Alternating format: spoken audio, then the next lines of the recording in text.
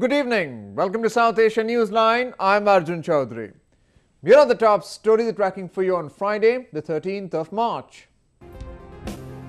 India protests after Pakistan court cancelled detention of 2611 mastermind Lakhvi. Prime Minister Narendra Modi seeks greater bilateral cooperation with Sri Lanka. And Bollywood takes a thrilling ride with NH10.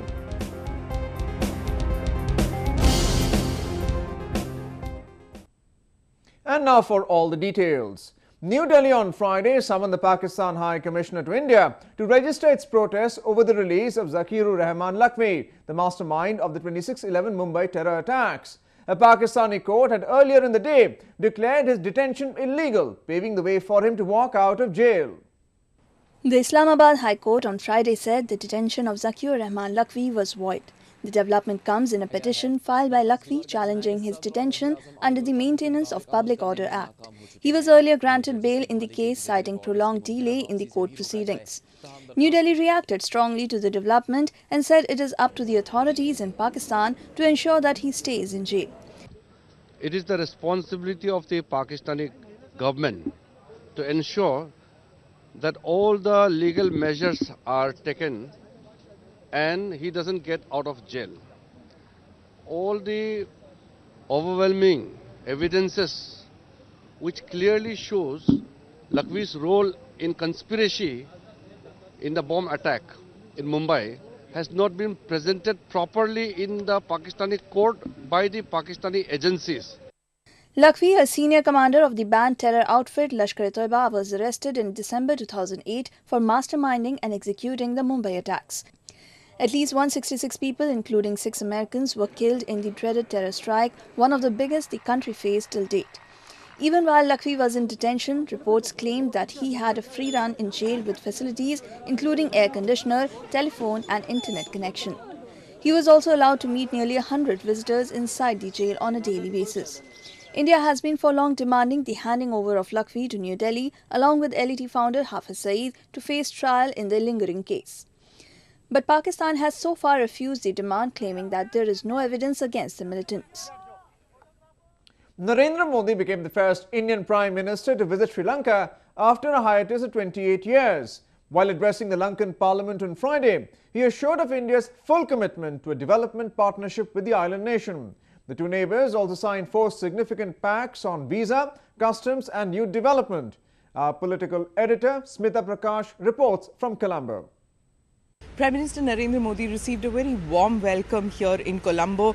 The ceremonial welcome that Mahindra Sirisena had put out for Narendra Modi, he pulled out all stops. There were traditional dancers who had lined up the streets. They had music, traditional music, and there was a guard of honor right there in front. Prime Minister Narendra Modi then had delegation level talks with Sri Lanka. They talked about cooperation in various fields, from medicine, from ocean economy, and building more roads, ports, railway services, several agreements which were signed today between India and Sri Lanka. I think we are looking at a whole set of issues. Some of it pertains to trade, some of it pertains to investment conditions. But I think, considering right now that it's an ongoing discussion, I don't think it would be fair of me to really say in public that we are stuck on a specific issue, because we may not be stuck there the next round. The Prime Minister also went to a Buddhist center and donated arms to Buddhist monks. He also spoke about Buddhism linking the two countries and saying that that the world needed more religions of peace. The message of Buddha, which is of peace, is something that could help in battling terrorism in the current day and age. आज विश्व जो संकटों से गुजर रहा है, तो आतंकवाद के छाए में देश दुनिया भयभीत होकर के जी रही है, बुद्ध का रास्ता ही है जो युद्ध से मुक्ति दिलाता है. Smita Prakash, South Asia Newsline in Colombo. Indian Prime Minister Narendra Modi arrived in Sri Lanka on Friday. Experts believe the visit comes at a time when India is trying to counter the growing Chinese presence in the region by consolidating its economic position. A report. Narendra Modi is the first Indian Prime Minister to travel to the island nation in 28 years. The summit comes barely 2 months after Sri Lanka elected a new president, Maithripala Sirisena. Bilateral trade is right at the top of the agenda. But analysts say that closer economic cooperation will serve a deeper purpose: balance out China's growing imprint in the region. Under Mahinda Rajapaksa, Colombo had turned mainly to Beijing for financial support as Sri Lanka tried to rebuild after a decades-long civil war and the tsunami in 2005. But the new Sri Lankan regime has vowed to reduce its dependence on China. Mr. Sirisena recently halted work on the Chinese-backed Colombo Port City project worth some $1.4 billion. They are renegotiating and they are going back into some of the details. So I think for us in India, it's important to understand that the smaller countries, whether it's a Sri Lanka or a Maldives or even a Mauritius, we should not move in a direction that makes these choices binary. The previous Sri Lankan government allowed a Chinese submarine to dock in their capital Colombo in September last year, much to New Delhi's discomfort. Beijing has also upped the ante with its ambitious $40 billion Maritime Silk Road project, which will connect China with the Indian Ocean region, an area India's long considered its backyard. But for now, India remains Sri Lanka's largest trade partner. Bilateral commerce between the two stood at $4.6 billion in 2014. And the central bank is pulling out all the stops to convince Indian companies to invest in big projects in Sri Lanka, particularly in manufacturing. The death toll in Bangladesh factory collapse rose to 7 on Friday. Authorities fear the numbers could further increase as at least 100 people are still trapped under the debris. Rescue teams continued their search for survivors on Friday at the cement factory in Mongla, nearly 200 miles southwest of capital Dhaka. The roof of the partially completed 3-storied factory building collapsed on Thursday afternoon, trapping around 150 people inside. The 60 people who were rescued from the debris are being treated at various hospitals. The condition of some of the injured, however, is said to be critical. Bangladesh has a history of poor building safety standards. Thursday's incident comes just a month ahead of the second anniversary of the dreadful Rana Plaza accident. The 8-storied building housing a number of garments units in Sawar on the outskirts of Dhaka had collapsed in April 2013, killing at least 1,130 people. This was one of the biggest industrial disasters in world history. Pakistan's banned terror outfit Lashkar-e-Islam or LI has announced a merger with the Tehreek-e-Taliban Pakistan or TTP as part of a reorganization plan. According to a statement issued by Jamaat-ul-Ehraz spokesperson Ehsanullah Ehsan, the regrouped TTP would consist of members of his outfit, the LI and remaining groups of the TTP. The unification aimed at consolidating the militia's waning hold over Pakistan's Khyber Agency and North Waziristan comes at a time when security forces are making significant gains against them in military operations in the lawless tribal regions, once considered their bastions. The Taliban, established in 2007, is an umbrella coalition of nearly 30 militant groups which came together with the idea of overthrowing the democracy in Pakistan to establish a Sharia-based rule. It was not just a blend of textures and silhouettes, but also of designs from across South Asia. As the best cuts from SAARC nations amalgamated onto the ramp, it gave way to a lavish affair. The South Asian fashion exhibition in Pakistan's commercial hub Karachi gave a platform to top designers from the region to pool in together and unveil their collections. The first edition of the Fashion Do aimed at promoting the clothing sector of the South Asian countries, giving a boost to intra-SAARC trade in textile.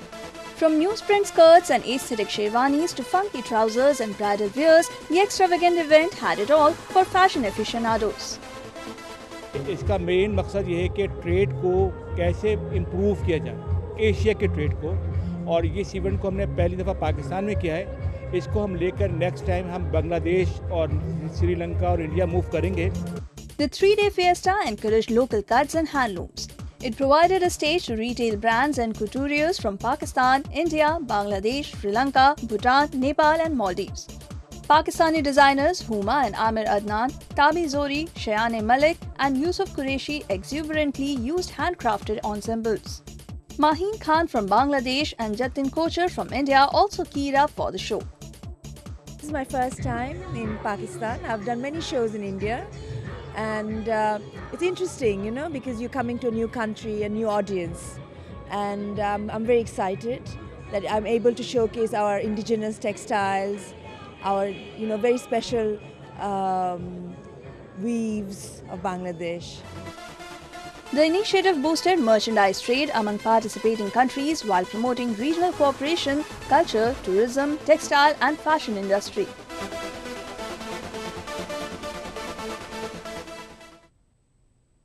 Bollywood's love to explore the hinterland India continues this weekend, but this time it only gets dark and grey. Let's take a look at this bumpy, scary ride. मैंने private villa book किया। मतलब birthday मेरा और lucky day तुम्हारा। In an industry which prefers its female leads to be petite and demure, actor Anushka Sharma is set to put both her image and bank account behind a film that many would have the gumption to touch. One of the year's most awaited films, NH10, takes cinefans on a road trip to revenge and suspense which hasn't been dealt with for a long time in Bollywood. Sharma, who chose the movie as a maiden production, said she was intrigued by the plot to back the project. The 26-year-old promoted her latest in entertainment capital Mumbai. I think everyone can take something away from this. It's something that, yes, the protagonist of the film is a woman, but this is something what happens in the film can happen to anybody who has traveled on the roads in India, and anybody can get into a situation like this, and I think that's what's amazing about the film. And it is about a personal struggle. You know, how far can you get pushed till you decide to give back? So I think that's something that's I thought was very special, which I think people would feel when they watch the film.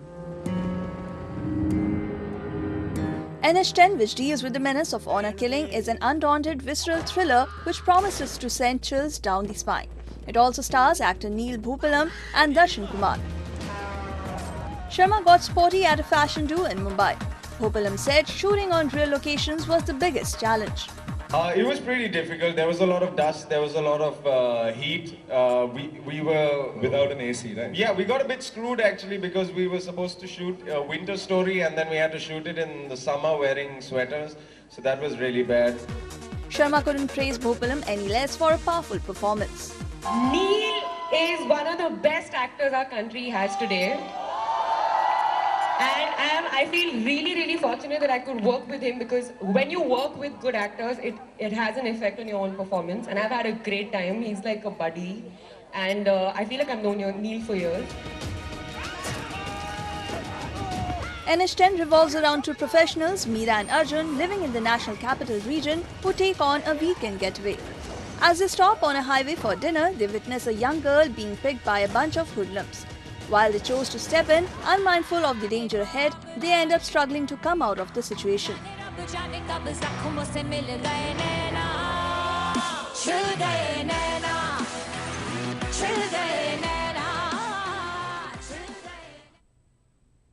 Well, that's the way it was in South Asia this evening. Before we conclude the top stories once again. India protests after Pakistan court cancelled detention of 2611 mastermind Lakhvi. Prime Minister Modi seeks greater bilateral cooperation with Sri Lanka.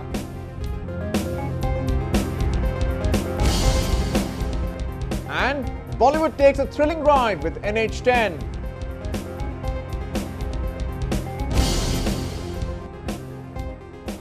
Now our viewers can watch the show on SouthAsiaNews9.com.